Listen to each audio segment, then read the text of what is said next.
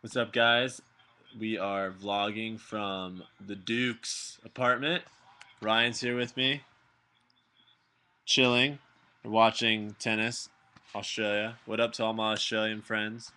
Hope you guys are doing well over there. You get to see the tennis tournament, which is cool.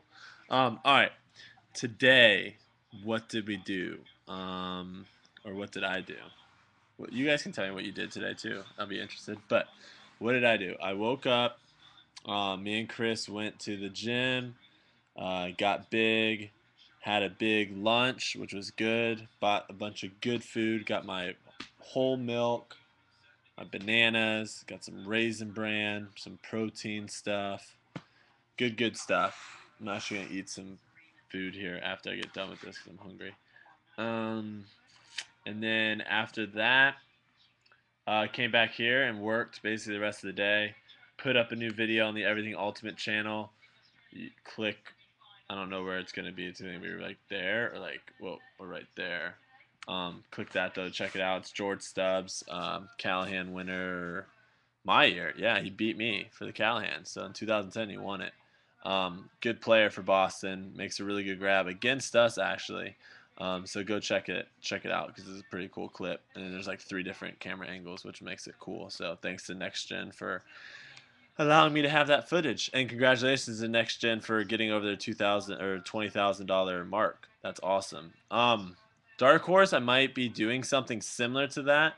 I don't know how that's actually gonna work, but I might want to try to do something. I'm talking to someone right now in Africa, and I might want to try to set up some camps and clinics over there for, the kids over there, and introduce them to the sport. Because again, it's a sport that you don't really need that much stuff. You don't need a basketball court. You don't need um, it's kind of like soccer almost, and that's why soccer I think is so widely played, is because all you need is a ball, and then you can just set up 2 goals or whatever. So I'm talking to this guy, and I might set up something like that where I can accept donations or something like that to help pay for me to fly over to Africa and stuff like that. Because I think that'd be really cool, um, cool thing to do. So let me know if you guys think that's a cool idea or not.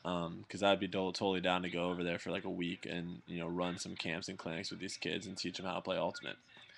All right, and then yeah, that's basically what I did tonight. We watched Biggest Loser, which is an interesting show. First time I watched that. And yeah, that's basically it. So let's get to the topic at hand. And the topic, what we're going to talk about, I had on my Facebook today. I posted what you guys wanted me to talk about, and this was the one that won. And it's basically what exercises, what like cardio exercises do you do to get into shape for Ultimate? So basically, you can't go wrong with running. I think that's gonna always boil down to that as like the staple of your exercising, I guess, when it comes to cardio. I know a bunch of people are doing CrossFit. I know a bunch of people are doing other kind of P90X and all those things, which is awesome. But in our sport, there's so much running that's involved uh, that training and getting a solid base up into the season is not a bad idea. So dark horse. Um, so what I would say is it's all based on where you are. But what I would say is if you can, 2 to 3 months before the season starts, if you can start getting out and running 2, 3, 4 times a week, just 3, 4, 5 miles, something like that. What you're gonna do is you're gonna get a solid base. So then that way, when you get into the season and start doing more track-like workouts and stuff, you already have that solid base and you won't get injured.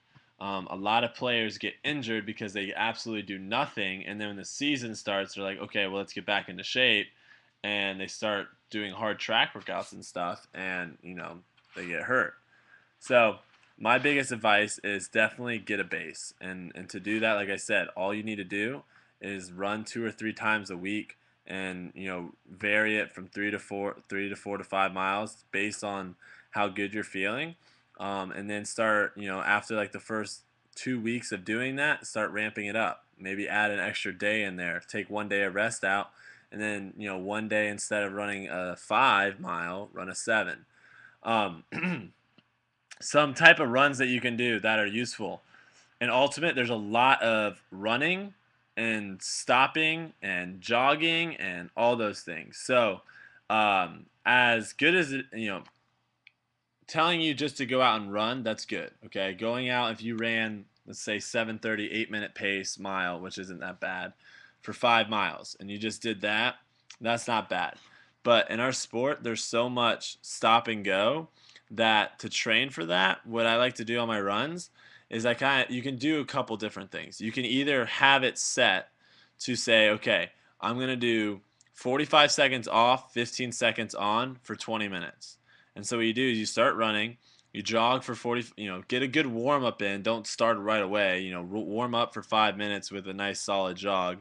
And then basically what you're going to do is 45 seconds, jog at 9 minutes, 8:30, something comfortable. And then for that 15 seconds, you're busting it, right? You're not sprinting dead like 100%, but you're picking up the pace and you're pushing it. And then when you hit that after the 15 seconds, you go back to that 45-second jog, and then you hit it again, 15 seconds, boom, bust it. And you do that. And what that's going to allow you kind of do is get the same kind of to me, running and stopping and all that stuff again is so common in our sport that I think this is just something that kind of helps me kind of get into that shape of being able to sprint and then have a little bit of a rest and then sprint again. Something else you can do is just simply, if you don't want to be structured like that, just go out and pick out targets. Go out and say, okay, when I get to this stop sign, I'm going to sprint to that light pole, and then do it, and then jog, and then pick something else out and do that again. It doesn't have to be rocket science. It's just making sure that your heart rate is getting up, your legs are turning, and then going back to that rest point of where you're kind of jogging. Um, Other than that, once you kind of start getting into the season, you need to get on the track and start doing some track workouts. Those help.